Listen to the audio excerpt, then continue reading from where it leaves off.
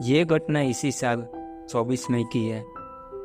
उस दिन सुबह 9:30 बजे साउथ दिल्ली में रहने वाली retired nursing superintendent Krishnadas Gupta को एक मैसेज मिला। नमस्ते दोस्तों, स्वागत है आपका हमारी चैनल स्टोरी टेलिंग विथ मंत्रा में। आशा करता हूँ आप स्वस्थ होंगे। दोस्तों, आप पहली बार हमारी कहानी सुन रहे हो तो मेरी रिक्वेस्ट है कि हमारी चैनल को सब्सक्राइब कर लो ताकि हमारी वीडियो आप तक पहुंच सके। आइए दोस्तों, कहानी की शुरुआत करते हैं। डिजिटल अरेस्ट क्या है? क्या होता है डिजिटल अरेस्ट में? डिजिटल अरेस्ट में साइबर ठग द्वारा पीड़ित को फ़ोन कर बताया जाता है कि उनके नाम कोई शिकायत दर्ज हुई है। झूठे मामले को लेकर पीड़ित को पहले काफ़ी डराया जाता है, जिससे वह घबरा जाता है। इसके बाद उन्हें घर से बाहर निकलने से मना कर दिया जाता है और ये सब बातें पीड़ित से फ़ोन के माध्यम से ही हो जाती है। ऐसा नहीं है कि डिजिटल अरेस्ट में शामिल घोटालेबाज केवल भोली भाली गृहिणी या कामकाज वर्ग के साधारण लोगों को ही निशाना बनाते हैं, बल्कि हकीकत यह है कि ऐसे साइबर अपराध के अधिकांश पीड़ित शिक्षित और जागरूक नागरिक हैं।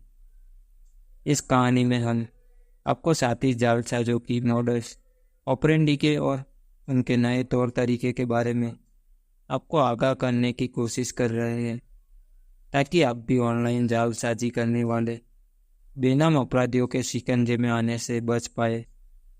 इस कहानी में हम बात करेंगे कृष्णदास गुप्ता की।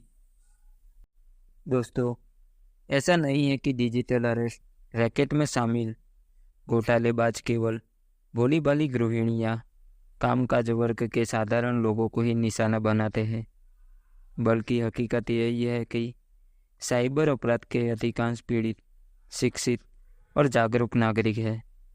और ये शिक्षित नागरिक क्यों ठगे जाते हैं?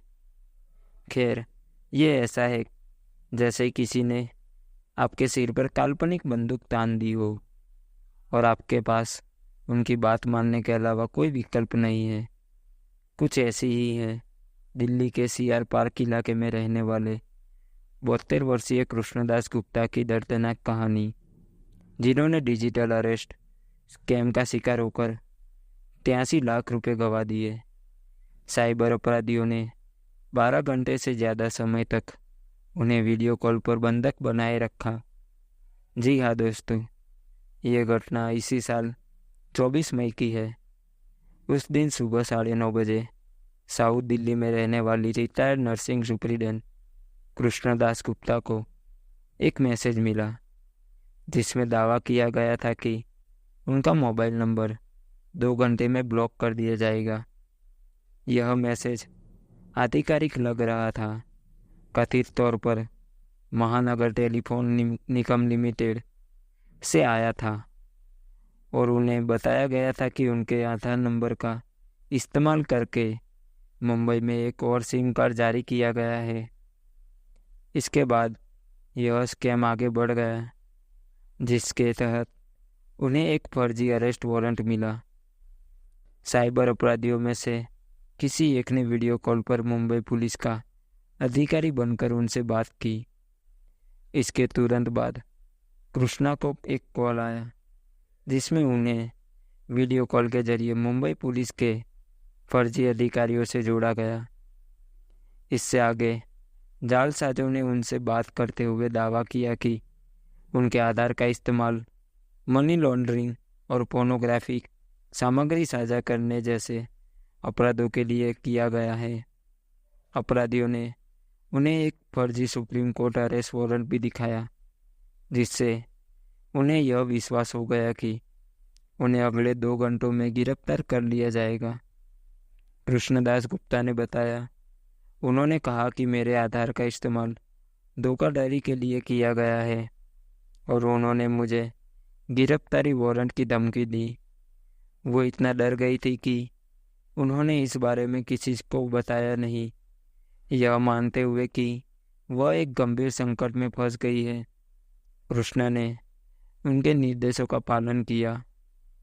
इसके बाद वह अपने बैंक गई और अपने जीवन भर की बचत के 83 लाख रुपए एक ऐसे खाते में ट्रांसफ़र कर दिए जिसके बारे में घोटालेबाजों ने दावा किया कि वह प्रवर्तन निदेशालय यानी एग्जीक्यूटिव डायरेक्टर का अकाउंट है। उनसे कहा गया था कि जांच के बाद उनके पैसे वापस कर दिए जाएंगे। इस 12 घंटे की परेशानी के दौरान उन्हें किसी से बात करने की इजाज़त नहीं दी गई, यहाँ तक कि उन्होंने अपने दोस्तों और बेटी के कॉल को भी अनदेखा कर दिया था।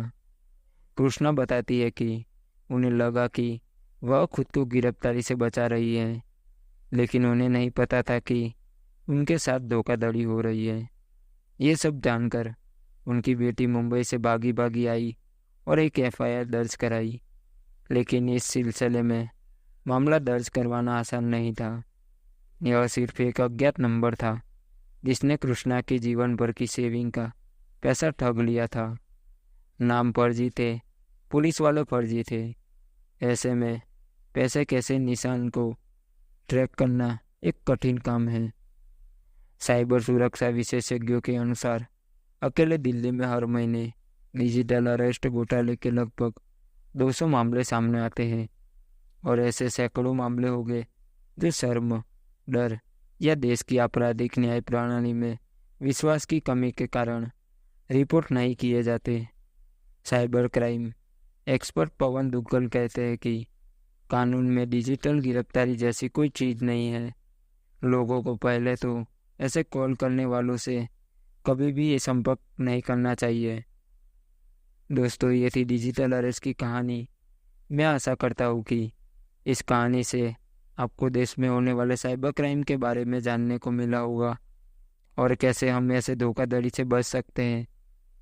अब हम मिलेंगे दूसरी ऐसी रियल कहानी लेके।